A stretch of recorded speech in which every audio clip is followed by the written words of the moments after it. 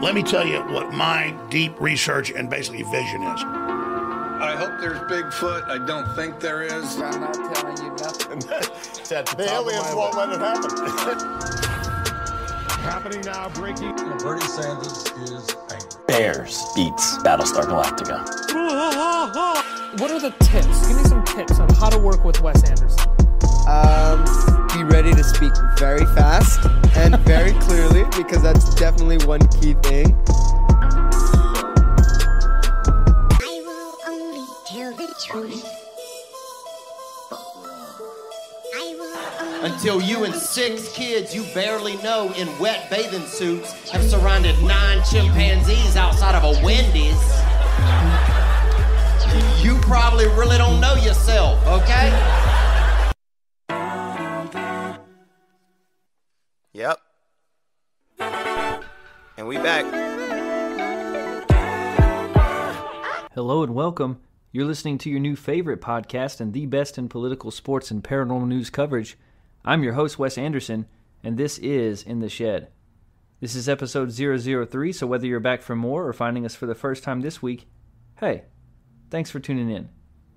I've got a confession. It's not the middle of the night. However, I am in a shed in the backyard of my home in Alabama, just so I can hang out with you tools and talk about the latest headlines, stories, and rumors in the world of politics, sports, and the paranormal. I'm recording this early morning on a rainy, blustery day here in Alabama, so if you hear background noise this episode of cars driving by, construction work happening down the road, or rain falling on the roof of my shed, so be it. We're just going to have to put up with that this week, because that's what we're doing. Hey, y'all. Parenting is hard.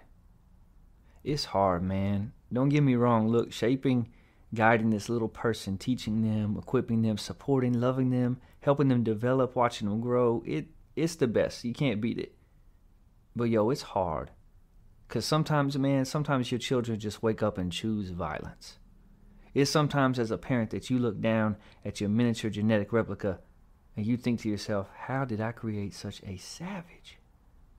My daughter is 4 years old, okay? The other day, her and my wife made cookies together. It's something they like to do. It's cute.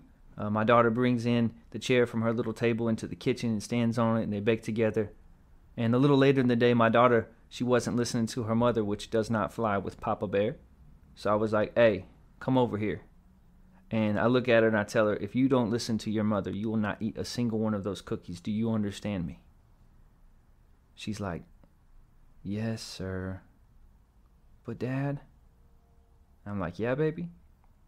And then all 37 pounds of her little puppy dog pal watching self, with every bit of fierceness and tenacity that she has in her tiny little body, in complete seriousness, looks me dead in the eye, puts her hands on her hips, points, and says, but how dare you? Yes, sir. But Daddy, how dare you? Parenting is hard, man. I'm raising her to be tough and fierce, but she's not supposed to be so tough with me, though. Let's get to some corrections and comments from last week's episode. It's been 21 days now. We're still awaiting our invite to next year's Bigfoot Bash. Keystone, South Dakota Chamber of Commerce, we are putting you on notice. You can contact our show by emailing intheshowwithwes@gmail.com. We'll bring the whole shed to you. We'll do the show live. We'll even push that famous Bigfoot merch that we read about. All right? The ball is in your court, waiting on our invite still 21 days later. In discussing Tennessee's hiring of athletic director Danny White and head football coach Josh Heupel, I twice said that they came to Tennessee from UFC, when of course I meant UCF. I wish they came from UFC. That would be far more interesting.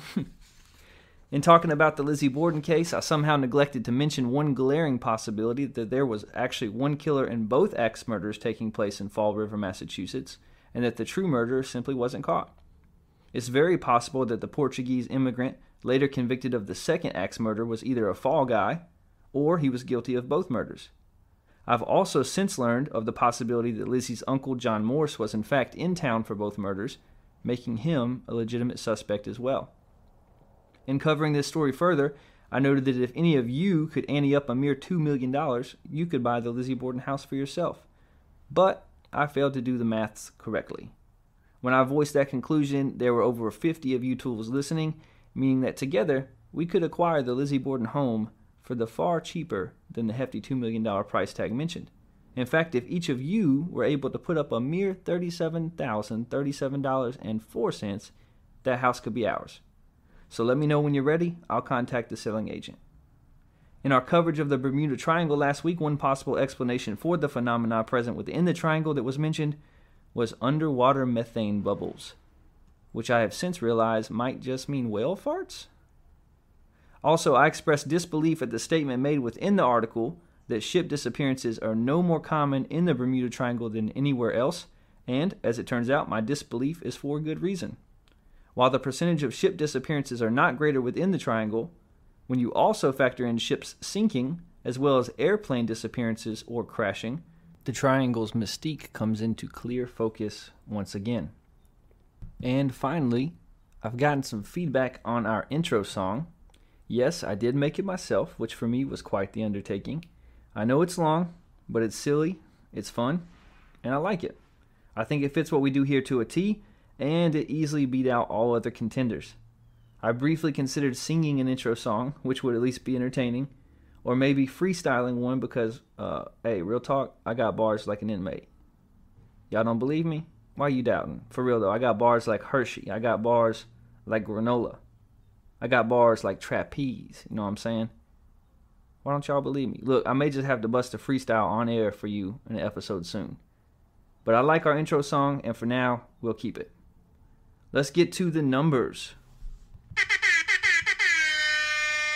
Does that sound like a celebration? Because, hey, we did it. On our first ever show, I set the goal of having a single episode with at least 50 listeners. And after just 10 days, episode 001, our very first episode, surpassed that number. It's now been listened to by over 60 people in 8 countries. Now, 60 listeners might not seem like a lot to you, but when you're recording your first ever episodes of a podcast from a shed in the backyard of your home in Alabama and only expect 7 people to tune in, then 60 people is pretty exciting. Our goal of a single episode with 50 or more listeners was a goal that we set for the whole year, and to have hit that goal with our very first episode ever is pretty awesome. So thank you for your support and for making that happen. Our second show, episode 002, has now also surpassed 50 listeners, including someone from the nation of Israel. So shalom to you, my friend. Keep liking, sharing, reviewing, and telling your friends about us. I look forward to getting better at this each week, figuring it out together, and continuing to grow this thing organically with you. On last week's show, I gave a shout out to my Meemaw and told you guys a little bit more about her. She's great. Some of you are probably wondering at this point, is this guy going to talk about his Meemaw on every episode? And yeah, probably will. It's my show, my shed. Deal with it. She's amazing. So this week I'm at work, right, and I get a text, and you already know who it's from, Meemaw. And she's like, just listen to episode 2, America's Meemaw, huh? And I'm like, yeah, congratulations on your promotion. And she sends back, still not bailing you out of jail. I'm telling you, there's no one greater, Meemaw. I love you. All right, let's get to this week's news, and let's start with the headlines. From Newsmax, Biden pulls Yemen war support, welcomes refugees in U.S. reset. Poll, Kevin McCarthy's popularity among GOP reaches high point for party, according to Breitbart. Monday looks good for Parler to be back online, says Fox Business. Mississippi has a race gap in vaccinations. It's not because black residents don't want shots, writes NBC News. Politico, Biden health team hatches new vaccine strategy as variant threat builds. And from CNN, House strips Greene from committee assignments. Those are this week's headlines. Let's get to our first news story, coming to us from your friendly CIA. The CIA fine-tunes its hiring pitch to millennials and Gen Z. Recruitment was a clubby affair in the earliest years of the Central Intelligence Agency. The CIA, founded in 1947, scoured Ivy League campuses and elite East Coast social circles to find promising young men, as well as a handful of women, to fill out its ranks at home and abroad. Today, the agency is turning to more public tools in a hiring push to expand and diversify its ranks. It runs video advertisements, has an Instagram account, and posts job openings on LinkedIn. It even launched a splashy new website in January whose content includes an advice column and dog training tips, plus a bold new black and white logo. The CIA hopes these efforts will convince the millions of millennials and Gen Zers scrolling through their phones and streaming TV to consider a career in intelligence. "We had to go where the talent is," said Sharonda Dorsey, the CIA's Deputy Associate Director for Talent, who is now on LinkedIn herself. The agency has always relied on a steady influx of young people, especially recent college graduates, but has periodically faced the challenges hiring them. Students frequently protested on-campus CIA recruiters in the 1960s, for instance. Today, CIA has its own obstacles. Polling shows that some millennials are more critical of past CIA actions and skeptical of the intelligence community's role than older generations. The agency faces hiring competition from private sector as well, and today's diffuse foreign policy arena presents no single mission to inspire recruits like the focus of fighting al-Qaeda after the 9/11 attacks. The catch-22 of the CIA's hiring push is that while some of its controversial past actions are now public, its recruiters can't tell candidates specifically what they do accomplish. CIA employees, past and present, including Mrs. Dorsey, speak instead with hushed reverence about the mission, a unique set of exciting and meaningful security issues that they get to work on. Hiring today is less an issue of sheer numbers. Its numbers of new hires in 2020 was the third largest in a decade, Ms. Dorsey says, so much as attracting people of more diverse backgrounds. While there are no specific benchmarks, she says the agency hopes to increase racial, cultural, disability, sexual orientation, and gender diversity so that its workforce is reflective of America. She adds that there are openings at all levels, including for mid-career professionals. An internal demographic survey of those employed in the intelligence community, which compromises 17 bodies including the CIA, found that 26.5% of them were minorities in the fiscal year 2019. Ms. Dorsey says that STEM talent is a hiring priority. "We know that we have deep competition for talent in the STEM field, and especially where they can offer higher compensation packages," she says. The agency uses the government's standardized general schedule pay scale. A majority of Americans, 64%, gave the CIA a favorable rating in a Pew survey from 2018, but another 2018 survey by the University of Texas pointed to a generational divide. 78% of those born between 1928 and 1945 agreed that the intelligence community plays a vital role in protecting the country, versus only 47% of millennials. Richard Solomon, a 24-year-old graduate of Indiana University who majored in international relations, says that he once dreamed of becoming a spy and first learned Arabic with that in mind. But he became disillusioned by the post-9/11 war on terror. "This sexy image I had as a child of undercover CIA agents kind of saving the world slowly eroded and was replaced by knowledge of torture chambers," he says, encapsulating some of his generation's skepticism. He's applying to PhD programs to study the political economy of the Middle East, but hopes to focus on agriculture rather than topics with straightforward intelligence applications. The CIA operated secret prisons known as black sites to detain and interrogate suspected terrorists after 9/11. The Senate Intelligence Committee said some of the interrogation techniques used there amounted to torture in a 2014 report. A 2014 Pew survey of 1,001 American adults found that 44% of those under 30 believed that the CIA's post-9/11 interrogation practices were justified, versus 60% of those over 50. The CIA declined to comment on the prisons. In 2014, then-Director John Brennan declined to label any of the techniques as torture, but described some unauthorized interrogation methods as abhorrent. Today, the CIA's digital facelift coincides with a new presidential administration. Mr. Brennan, whose directorship ended in 2017, says the Biden administration has sent out a very strong signal on diversity, with its intelligent appointees, including the first-ever female director of national intelligence. Douglas London, who retired in 2019 after 34 years in the CIA, questions whether public outreach is the best way to increase diversity.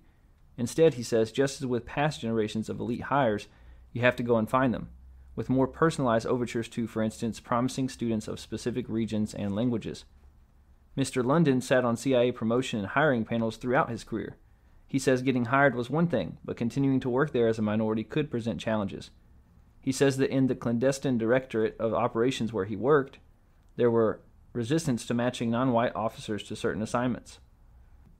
It was not uncommon to hear an assertion like, "You can't send a black officer to Paris," whereas there was no hesitation in assigning a white officer to Baghdad, Mr. London says. But he doesn't believe these norms to be insurmountable obstacles and maintains that the CIA is a sensational place to work. The CIA declined to respond to Mr. London's comments. Whoever decides to take up the CIA's call for application should prepare for a rigorous vetting process, which Mrs. Dorsey says can take a year or longer. She assures anxious candidates, "We are looking for honest people, not perfect people." Some prospective applicants are already prepared for such scrutiny. "I've thought about vetting and security clearances my entire life," says 20-year-old Lauren Wattis, a junior at Brigham Young University, Idaho, who's interested in working at the CIA. She keeps separate personal and professional Twitter accounts and uses Facebook only for church and her grandparents. The CIA has advice for people like Mrs. Wattis on its website. For your security, if you're interested in or have applied for a job at the CIA, do not follow us on social media. That's pretty funny. If you would like to work with us, do not follow us on social media. I don't think I've ever heard that before. Hey, look, I'm all for diversity, man. Like, that's important. Representation is important. Different backgrounds, different cultural experiences are helpful, especially in the realm of intelligence when you're dealing with different cultures. But tips on how to train your dog and an Instagram account and LinkedIn, is that really what we want for our CIA, our Central Intelligence Agency, giving us tips on how to train our schnauzer? It seems like there are better ways to reach out to people and more important things for them to be doing. Let's switch to this for our next news story. Judge again tells Devin Nunes he can't sue Twitter over fake cows tweets. A Virginia judge late last month reiterated a ruling that dismissed Twitter from a lawsuit that Representative Devin Nunes filed last year, alleging the social media company allowed anonymous users to criticize him unfairly on its platform. The written decision by Judge John Marshall followed a June 24th ruling that Nunes, through conservative media, said did not bar him from suing the company over tweets by anonymous writers who heckle him under the personas of a cow and his mother. Twitter remains a party to this lawsuit, Nunes attorney Stephen Bliss told the conservative news website Breitbart. Reports that Twitter was dismissed from this suit are absolutely false. Marshall issued the second ruling on July 24th, saying that the previous ruling did in fact mean Nunes could not sue Twitter in the case because social media platforms under federal law generally are not liable for comments made by their users. The court finds that federal law provides Twitter with immunity from civil liability in this action, Marshall wrote. Accordingly, all claims alleged against Twitter in this action are dismissed with prejudice.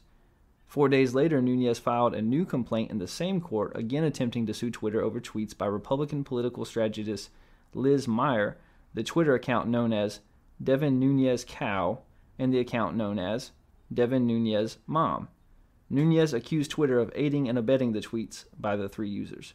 It's unclear how Marshall will respond to the amended complaint. Under federal law, Nunes and Biss neither need other parties' consent or the court's permission for the amended complaint to go forward. Joe Meadows, a defamation attorney based in Arlington, Virginia, said the judge's order on dismissal will likely be a fatal roadblock to Nunes and Biss's new complaint.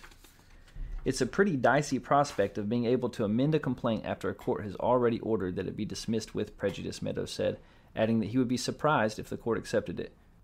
A Twitter spokesperson said in a statement Thursday that the company views the court's decision as a dismissal of Twitter from the lawsuit. More broadly, Twitter strongly believes the court made the right decision to dismiss the claims raised by Congressman Nunes, the Twitter spokesperson said.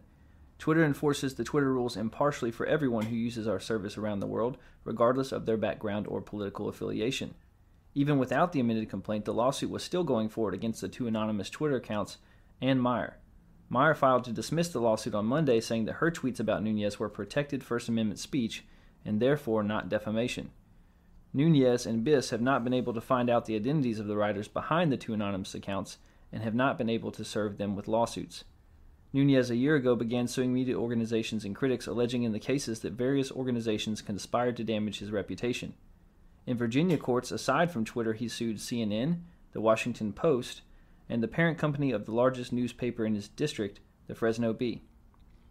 The Fresno Bee has called Nunes' lawsuit against the company a baseless attack on local journalism.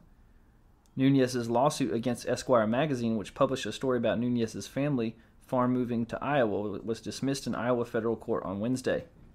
A lawsuit Nunes filed against the investigative research firm Fusion GPS in federal court in Virginia was also dismissed earlier this year, but Nunes has since filed a new complaint to continue the lawsuit. His lawsuits against media organizations coincide with his rise to national prominence as one of President Donald Trump's allies in Congress, where Nunes has defended Trump first during special counsel Robert Mueller's investigation into Russian interference with the 2016 election, and again during impeachment hearings last fall. Nunes now is among the top political fundraisers in Congress, bringing in $4.5 million from April through June. Some of his best fundraising days follow news about his lawsuits. For instance, he raised $144,000 the day he filed the lawsuit against the Washington Post. This is what you come to In the Shed for right here. This is the hard news coverage that nobody else gives you, that only we will tell you. An elected official, a congressman, who's spending his time and his money suing a cow repeatedly on Twitter. Can you imagine being this man's constituent? So what have you been doing for us? Are you fighting hard for us in Washington?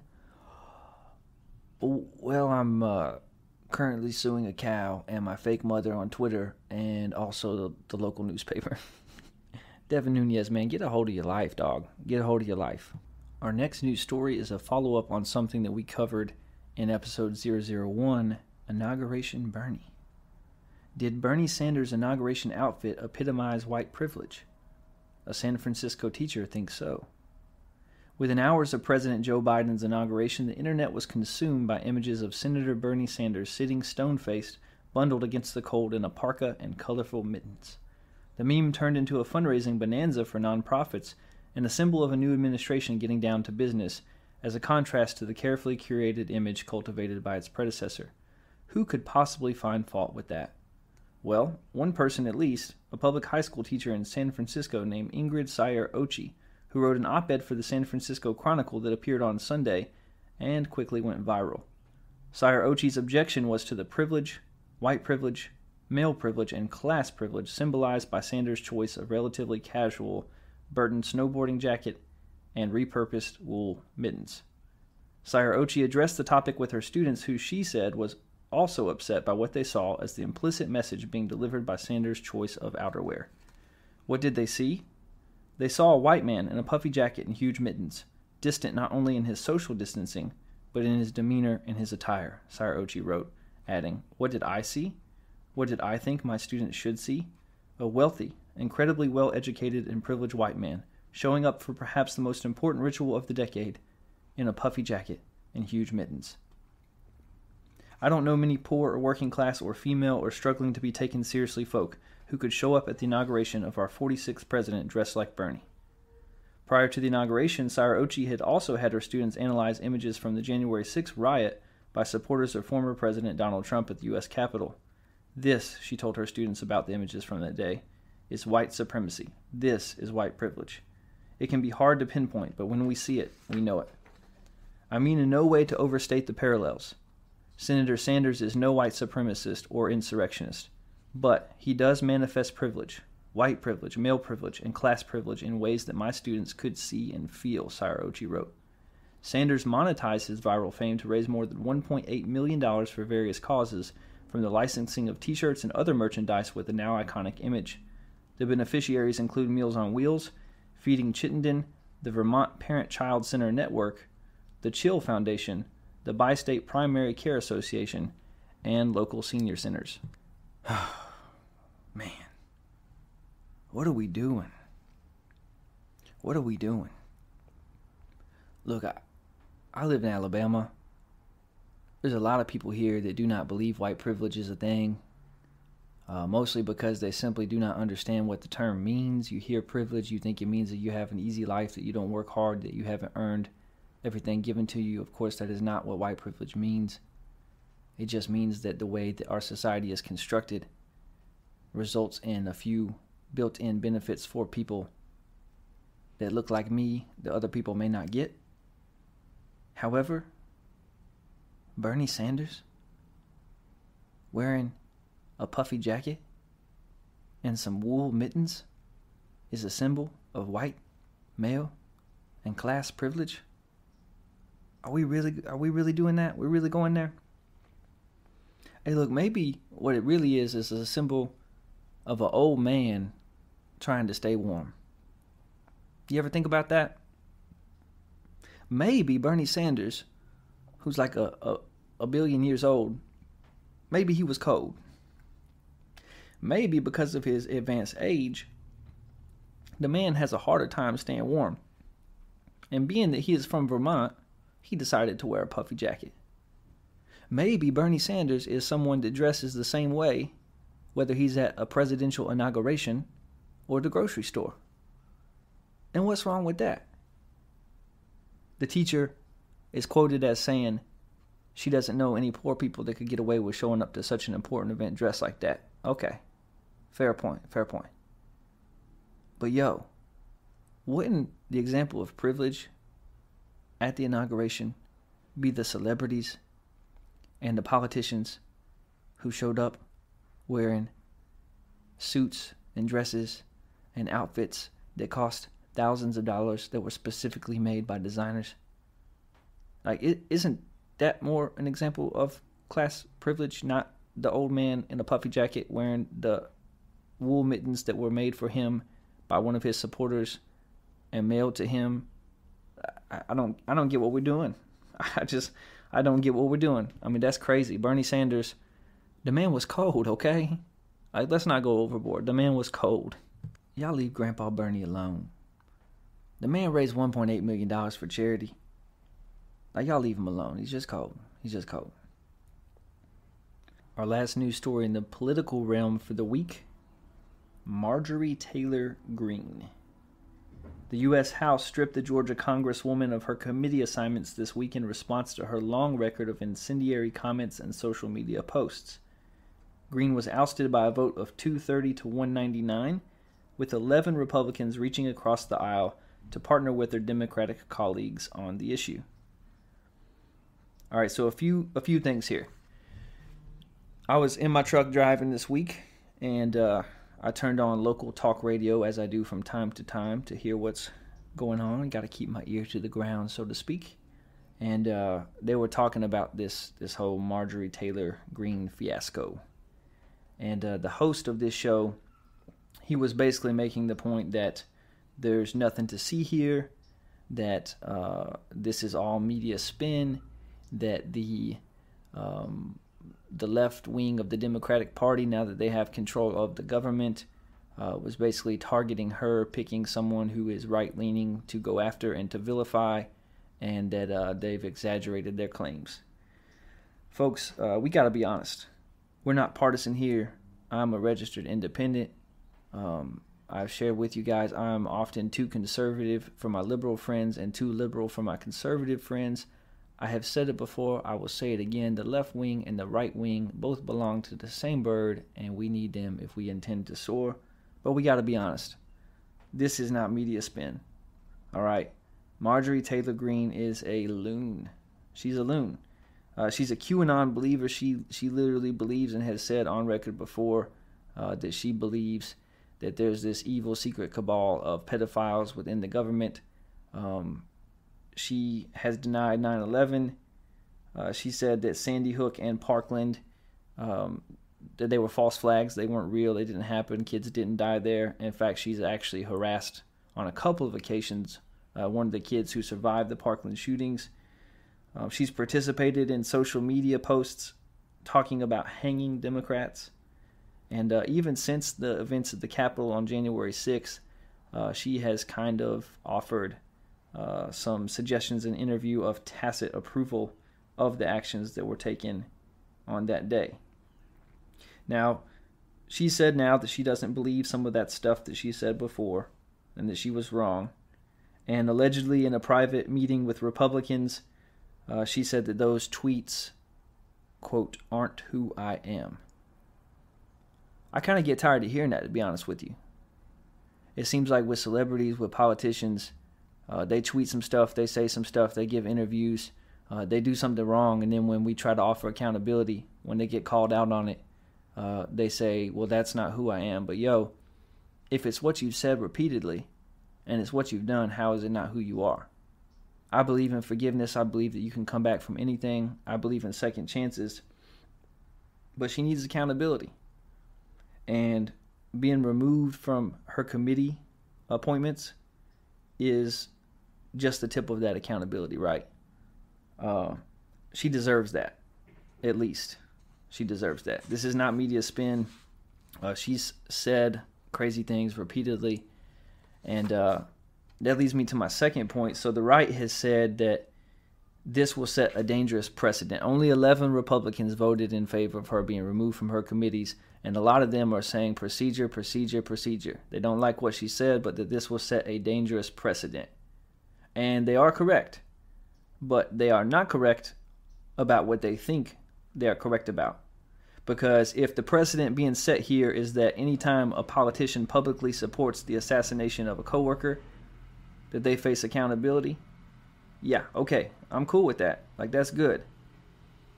Unfortunately, there is a different precedent being set here, though, and that's that the Republican leadership did not handle this themselves.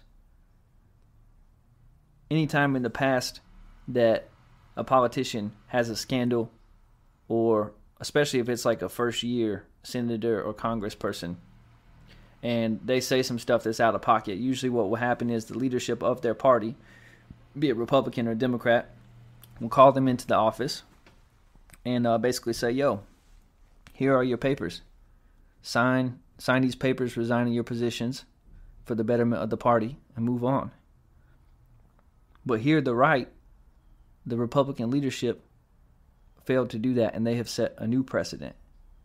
The precedent of sticking by somebody, no matter what they say, no matter what they do, no matter how far out their comments and their behavior is. And it's not a good precedent to set, and it's not a good look. And honestly, what it does is it highlights the battle that's going on within the Republican Party.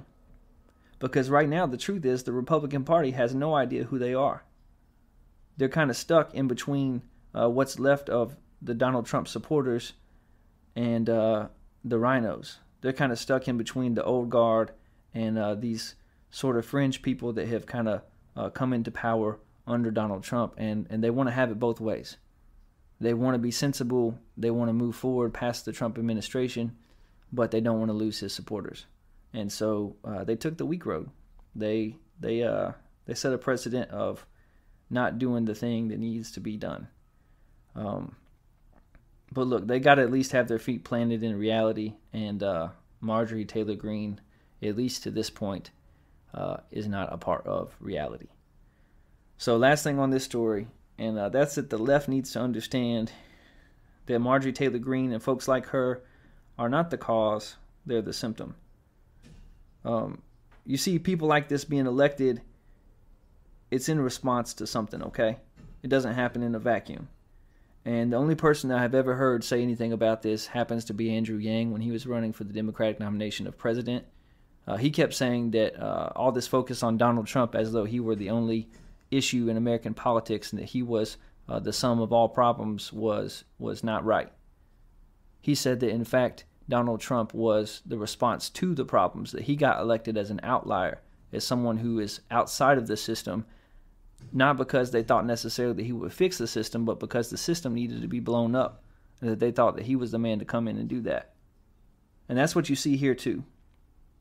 Marjorie Taylor Greene was not elected because people thought that she would go to Washington and change everything for the better. She was elected because she was a departure from the norm.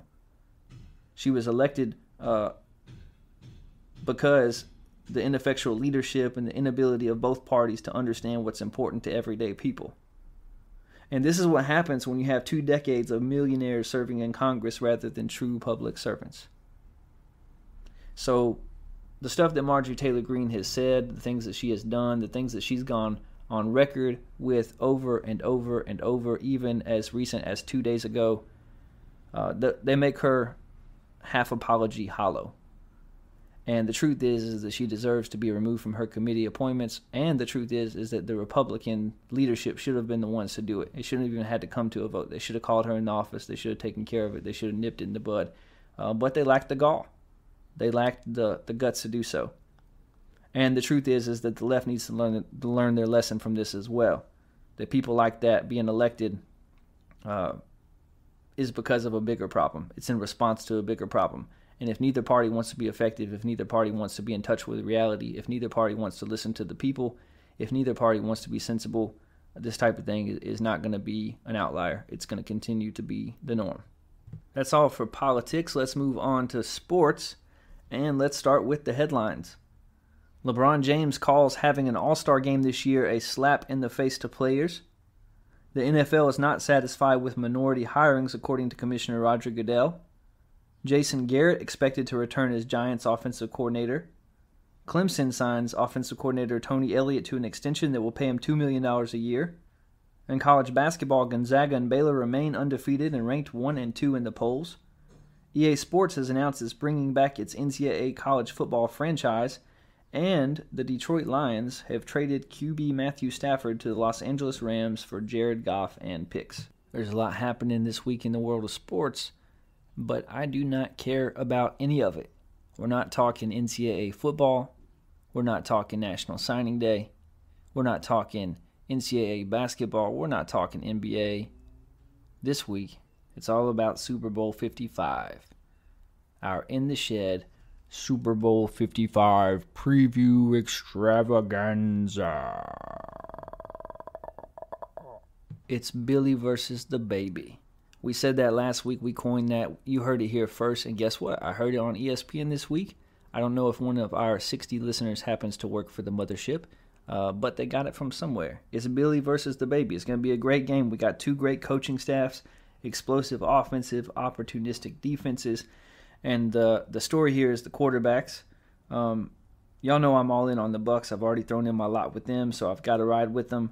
Would I be surprised at all if Patrick Mahomes led his team to victory? No, of course not. I would not. Let's break the game down. Let's see how these two teams stack up position by position, head to head. Let's start with the offensive line. I'm going to have to give this one to the Buccaneers. The Chiefs have dealt with several injuries up front. They've still played well. But Tom Brady has only been pressured on 20% of his dropbacks this season. And the Bucs have been able to run the ball well no matter who is back there, so I've got to give a slight edge here to the Buccaneers. Let's take a look at the wide receivers. The Chiefs have a great wide receiver group. Sammy Watkins, who may be healthy enough to play in the Super Bowl. Tyreek Hill, who is probably the most dangerous weapon in all of National Football League, and Demarcus Robinson. That's a pretty good starting lineup right there. But the Buccaneers have Mike Evans, Chris Godwin, and Antonio Brown. And they have Scotty Miller coming off the bench. That's not real. That's Madden. That's an all-star unit. Bucs get the nod here. When it comes to tight ends, it's not even a contest. Cameron Brate and the ghost of Rob Gronkowski are good. Travis Kelce is great. He's playing phenomenal.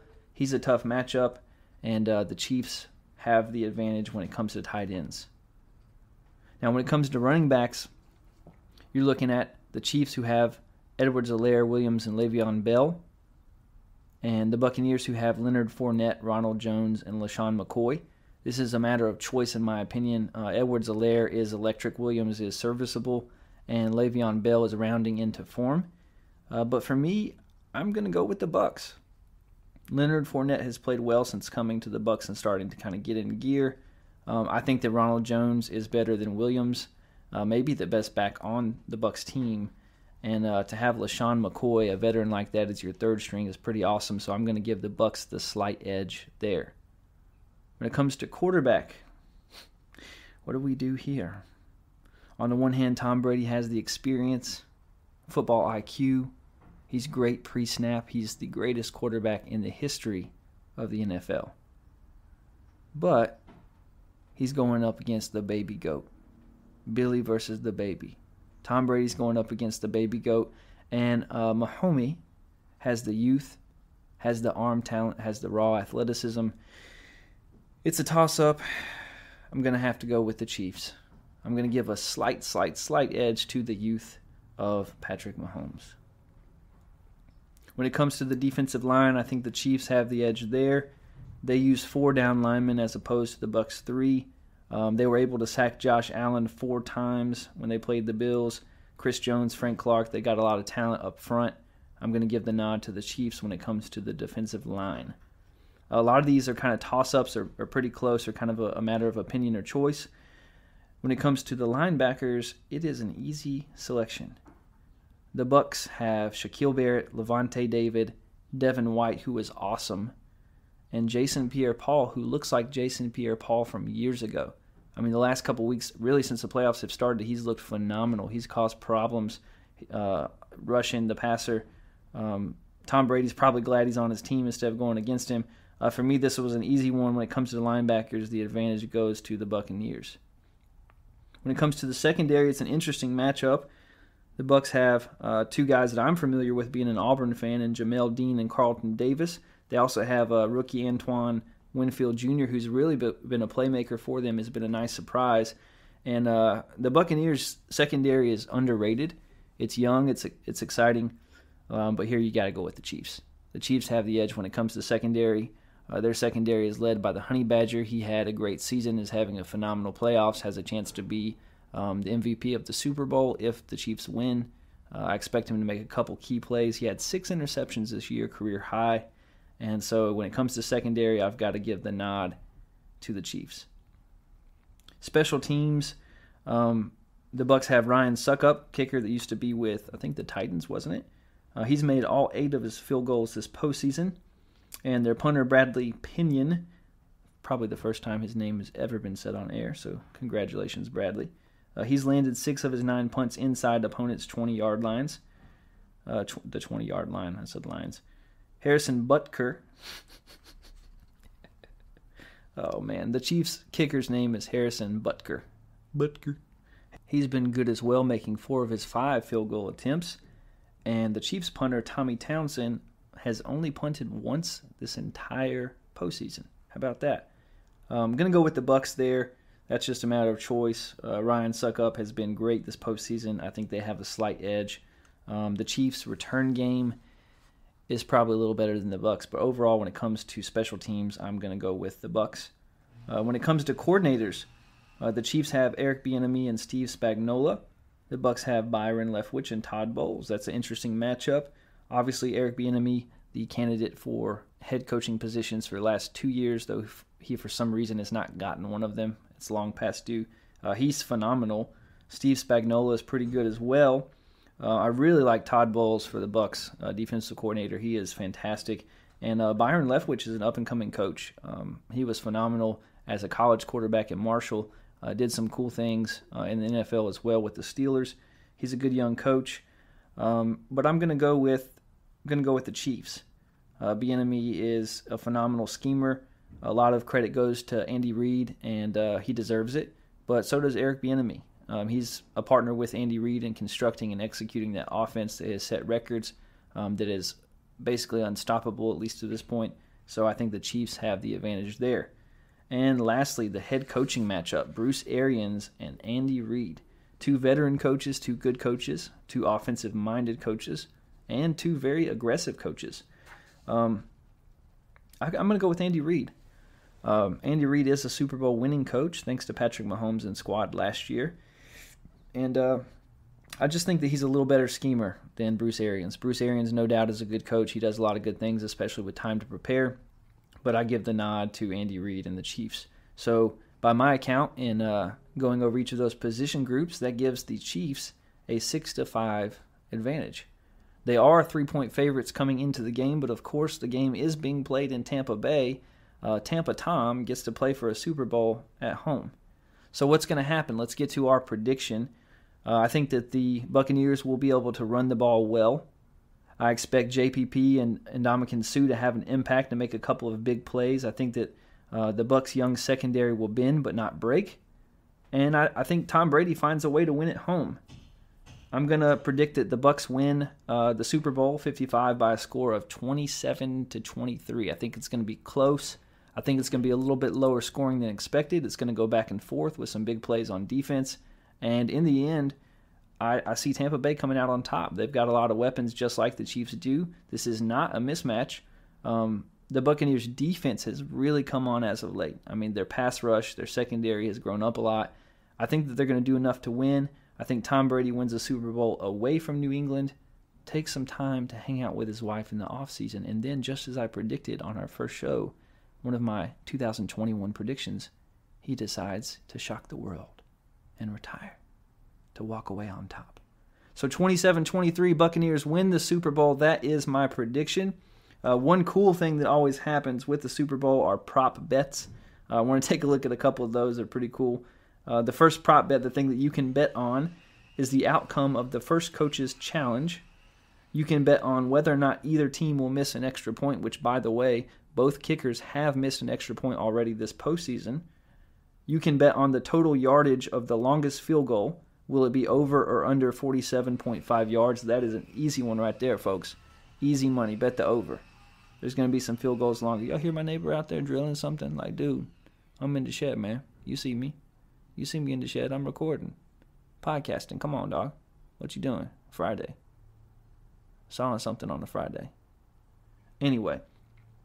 Will Patrick Mahomes throw a left-handed pass? Bet no. It's the Super Bowl. He will not throw a left-handed pass. You can bet on whether Tom Brady's rushing yardage will be over or under 0.5 yards. So basically, will Tom Brady do a quarterback sneak?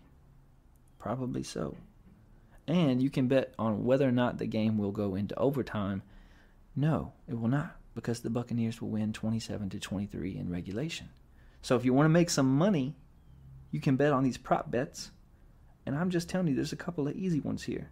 The longest field goal will be longer than 47.5 yards. Guarantee. Patrick Mahomes will not throw a left-handed pass. And the game will not go into overtime. So there we go. That's our In the Shed Super Bowl 55 preview extravaganza. I think the Buccaneers win 27-23. It's going to be a great game. Hit us up at intheshedwithwes@gmail.com. Again, that's intheshedwithwes@gmail.com. Get your predictions into us. Let us know what you think is going to happen before the game. And next week when we take a look at our predictions and see how we did, we'll read some of yours as well. Now let's switch to this, the world of the paranormal. Our first story this week comes to us from the great state of Texas. Texas Department of Public Safety accidentally sends out an Amber Alert for Chucky and Glenn Ray. The Texas Department of Public Safety generated some attention when it accidentally issued Amber Alerts for two Child's Play film franchise characters. On Friday, missing alerts for the Texas Department of Public Safety included the murderous doll Chucky and his son Glenn Ray. Glenn is described as having a blue shirt and black collar, while Chucky is said to be wearing blue denim overalls with multicolored striped long-sleeve shirt and wielding a huge kitchen knife. They actually sent this out.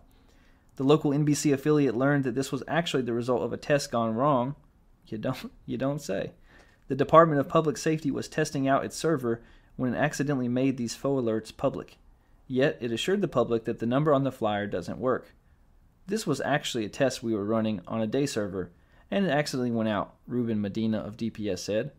Or I guess maybe it should be Ruben Medina, formerly of DPS.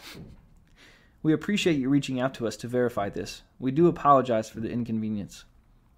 The Amber Alert system began in the Dallas-Fort Worth area.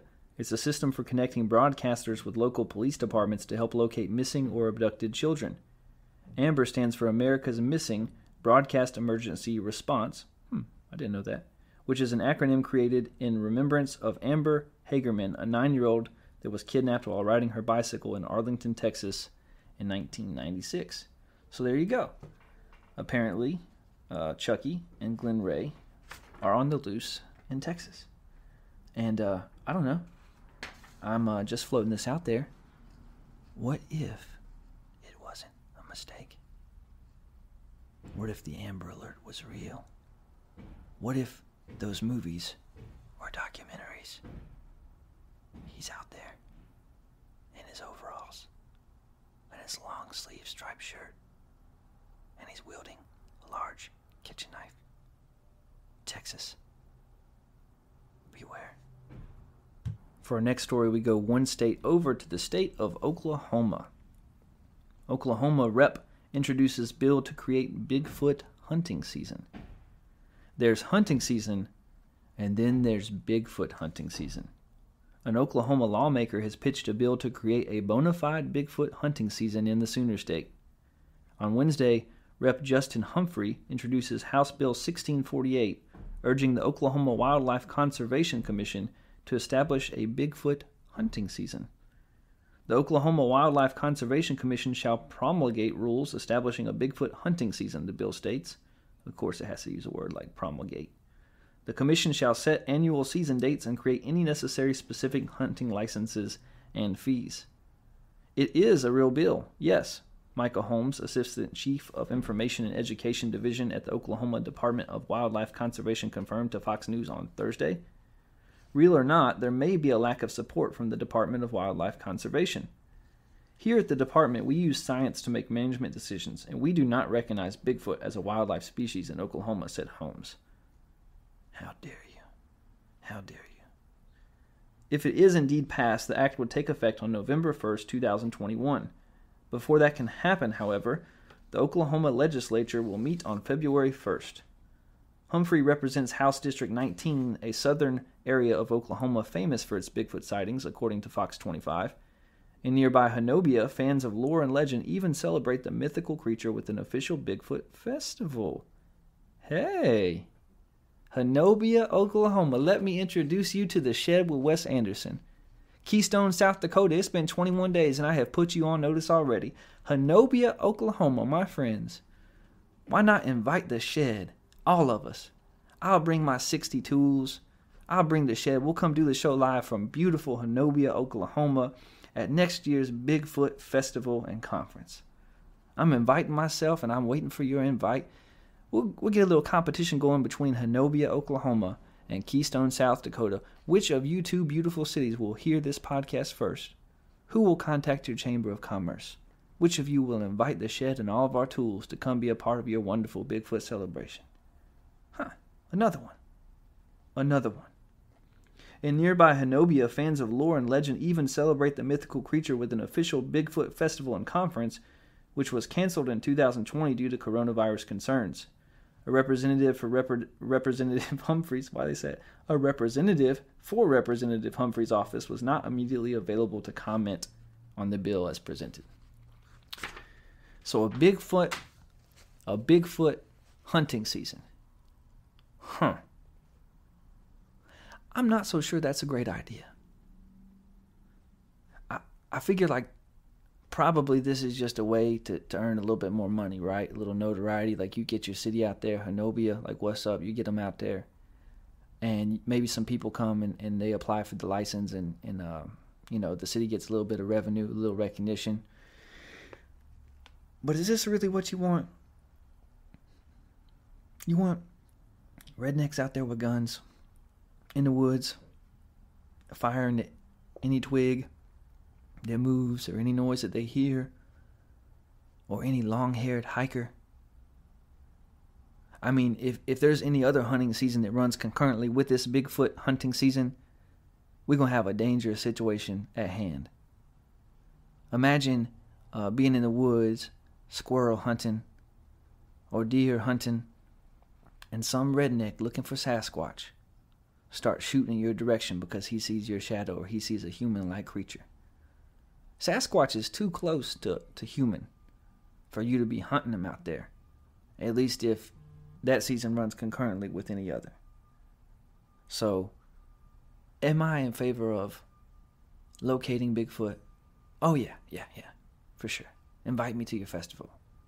Bring me in, come on, let's go. I'll push that Bigfoot paraphernalia. Meemaw will buy a t-shirt. But do I think a hunting season is a good idea? Probably not. From Texas to Oklahoma, back to Texas we go again. 2 stories from Texas. Everything's bigger in Texas, y'all. Trash that washed up on a Texas beach isn't garbage at all, officials say. So what is it? Just because something looks like garbage doesn't mean it is garbage. That's what I tell my wife. Just because I look like garbage don't mean I am garbage, you know what I'm saying? Yeah. The Padre Island National Seashore in Texas posted a photo on Facebook of one of its beach finds Monday morning. Long yellow tendrils resembling a cord or wire are seen lying coiled on the sand. If you think it looks like beach garbage, you're not alone. Have you ever been out walking the beach, perhaps picking up trash, and you come across something that looks like this? We often get asked, what is this? and more often people assume it's trash, the Post said. But it's not trash at all, officials say. It's a creature. Man, the anticipation they build in this article. It is not trash at all. What is it? It's a creature. Sea whip coral, to be exact.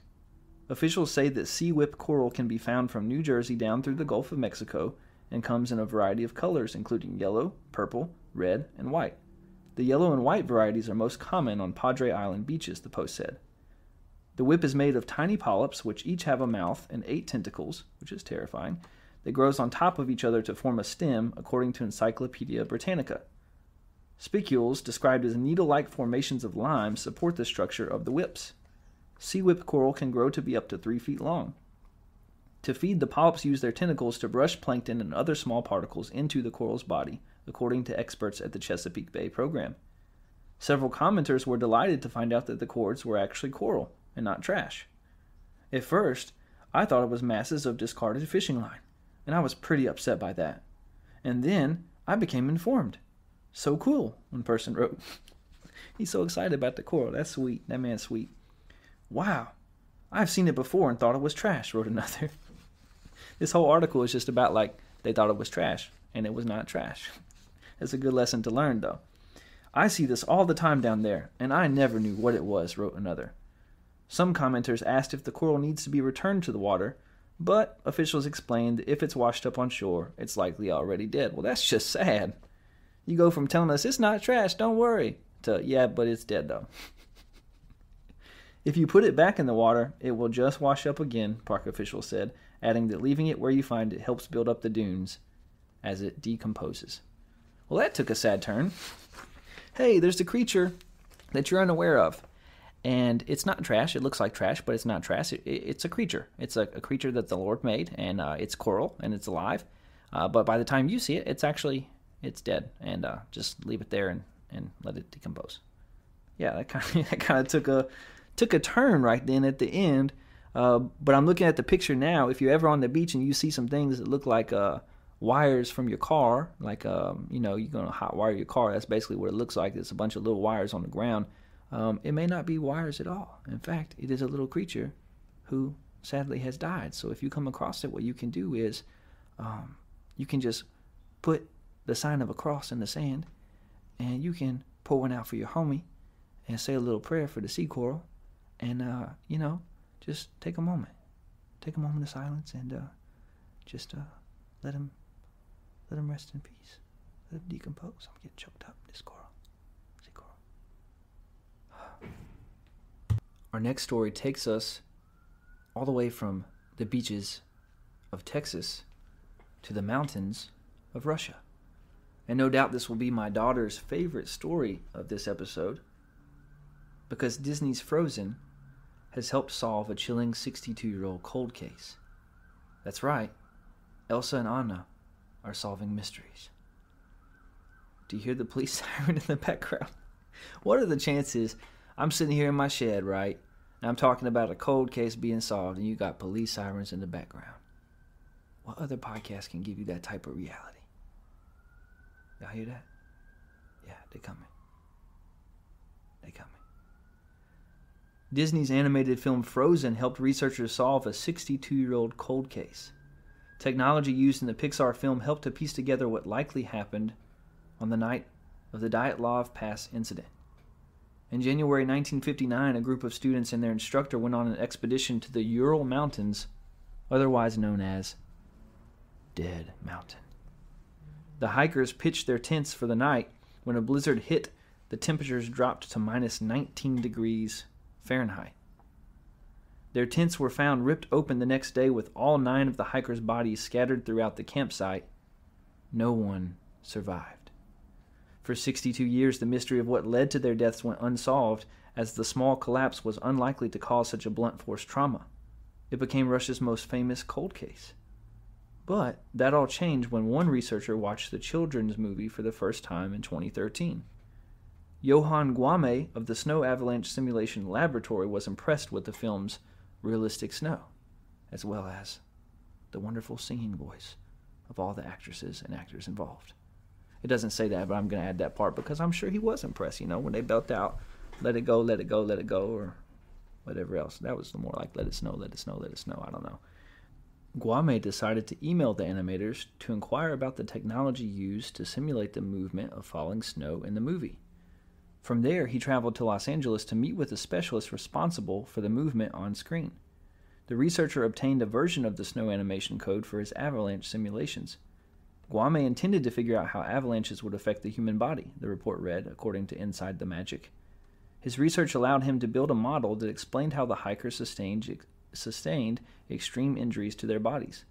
These injuries, the report noted, would be normal with this type of rare avalanche, which he believes is what led to the deaths in the Dial-Tav Pass incident. People don't want it to be an avalanche. It's too normal, Guame explained of an incident. While the case isn't closed and many questions have gone unanswered, at least now researchers can let go of the conspiracy theories. That's pretty interesting. So, he saw the way that the snow fell in the movie. He used the animation code. He put that into his avalanche simulator, which just sounds like a fancy word for video game. And it helped solve what happened back in 1959. So there's all kinds of theories about this incident. These hikers, this college, I think a college professor and a group of students went out on this hike, and they all wound up dead. They had horrible injuries, blunt force trauma to their head. They were scattered out around the campsite. So people have long suspected that it was not an avalanche because they did not think an avalanche could do that type of damage. In fact, the thing that I have heard the most is Yeti. It was a Yeti, the abominable snowman. But now, this man, according to the way that snow falls in the movie Frozen, has said that in fact it was not a Yeti, and it was just a regular old, everyday, normal, boring avalanche. Which kind of makes sense if you think about it, because, you know, some of these folks that maybe didn't pass away right away, they might have been trying to pull their friends to safety, and maybe that's why that they were scattered. But yeah, there you go. So maybe that incident has finally been explained, all thanks to Anna. My daughter will be so disappointed. Thanks to Anna and Elsa and Olaf. So yeah, there you go. Thanks a lot, Disney. Ruining all of our conspiracies, one at a time. We go from the mountains of Russia to the Windy City for our last story of the week. Chicago O'Hare UFO. Leslie Keene revisits the 2006 sighting. In November of 2006, United Airlines employees at O'Hare Airport in Chicago reported seeing a flying saucer-like object hovering over Concourse C of the United Terminal.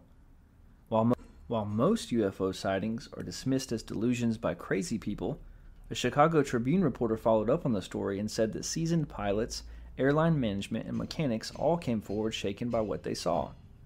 I stood outside in the gate area not knowing what to think, just trying to figure out what it was, a United manager told the Tribune.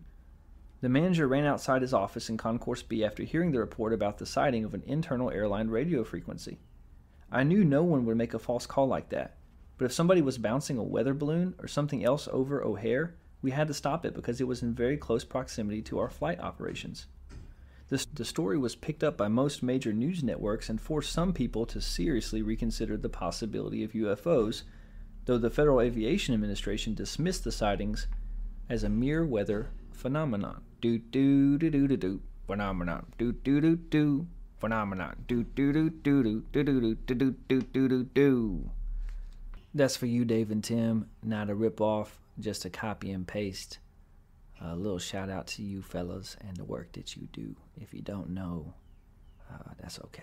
That's okay.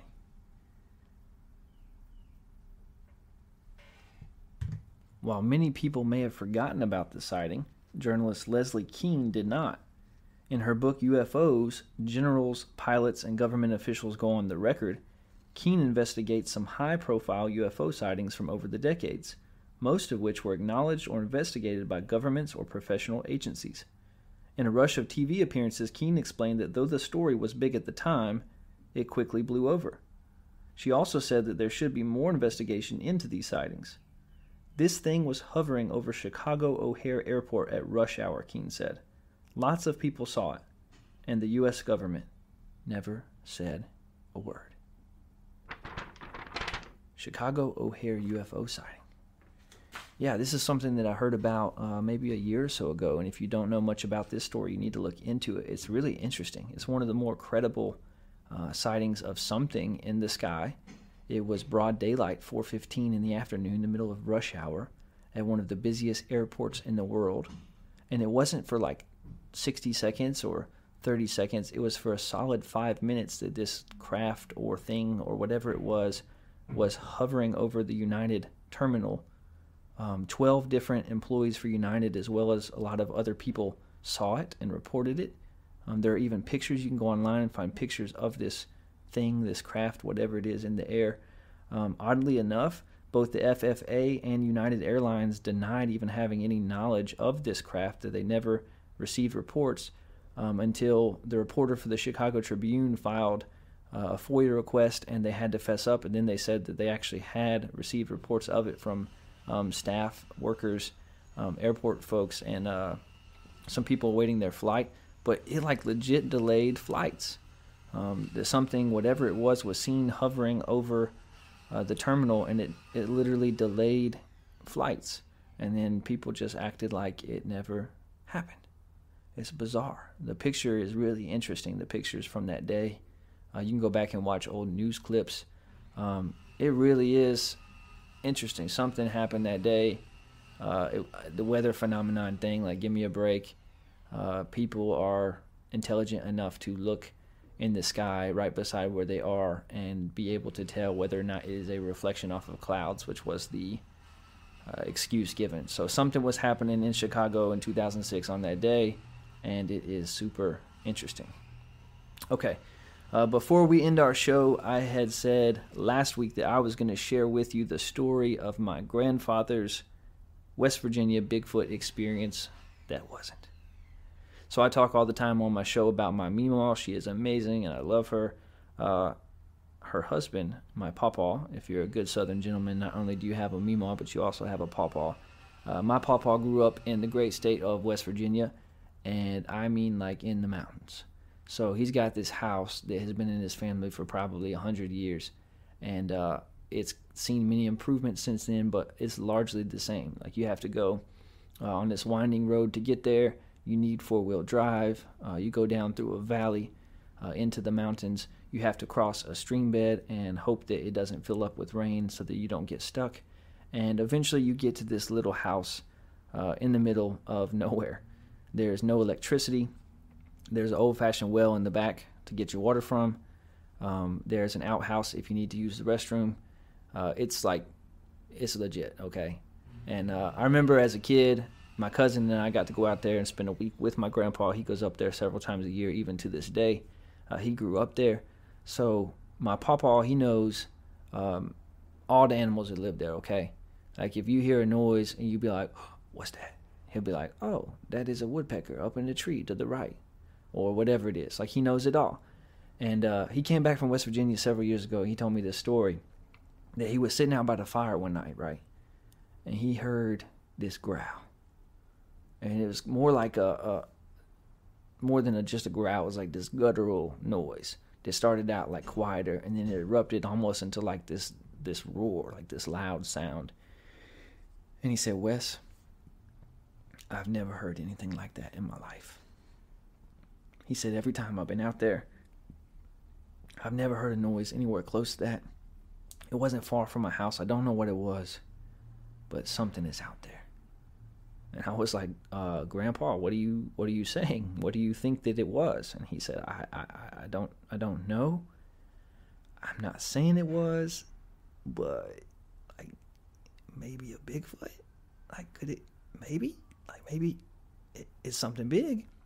I mean, it was something large. Like, it was screaming. It was a roar. It's something huge. It was something close. It reverberated through the mountains. Maybe, I don't know, Wes. Maybe a Sasquatch. I don't know. Well, it was not a Sasquatch. My grandpa's Bigfoot experience didn't last too long, because one of his friends sent him a newspaper clipping later on that detailed exactly what it was that my grandfather had heard. not Sasquatch, not Bigfoot, but a full-grown African male lion. I'm talking Simba. Like, somebody apparently in West Virginia had a lion cub as a pet and got terrified of it, or couldn't feed it, or it got too big, so they brought it out into the mountains and decided to just let it go. Like, we're just gonna let a lion loose in the mountains. Like, it can find some deer it can eat, and that's what my grandpa heard. So, like, a hunter was hunting for deer and just happened to see this full-grown African male lion. Imagine you're sitting there waiting for a deer, you see it in the clearing, and then a full-grown lion jump out and pounce on that thing. How confused must you be to be in West Virginia and see a lion? So when my grandpa said, I have never heard anything like that before, in fact, he had not, because lions do not live in West Virginia. Yeah. I bet that was terrifying, sitting by a fire in the dark and hear the roar of a lion. I mean, you can hear it on TV, but that does not do it justice to hear it right behind you in the darkness. I always thought that was a pretty cool story, and I thought that I would share that with you to end our show this week. That's all for this week. You don't have to go home, but you can't stay here, and I can't either. It's back in the house and out of the shed from me. Thanks again for listening to episode 003. Make sure to subscribe, like, share, and review. It really does help. If you have any paranormal experiences, opinions about sports, or politics that you'd like to share, you can email the show at intheshedwithwes@gmail.com. Again, that's intheshedwithwes@gmail.com. I might even read it on air. Look for us on Spotify, Stitcher, Amazon Music, Apple Podcasts, or wherever you listen to podcasts. Tune in again next week when we'll hit the headlines, see how far off our Super Bowl predictions were, and I'll share with you the single most disturbing thing you're ever likely to hear. This has been In the Shed with Wes Anderson, the best news show in the land covering politics, sports, and the paranormal. Have an adventurous and fulfilling weekend. I'll catch you tools later. Peace out, Boy Scout. Meemaw, we made it!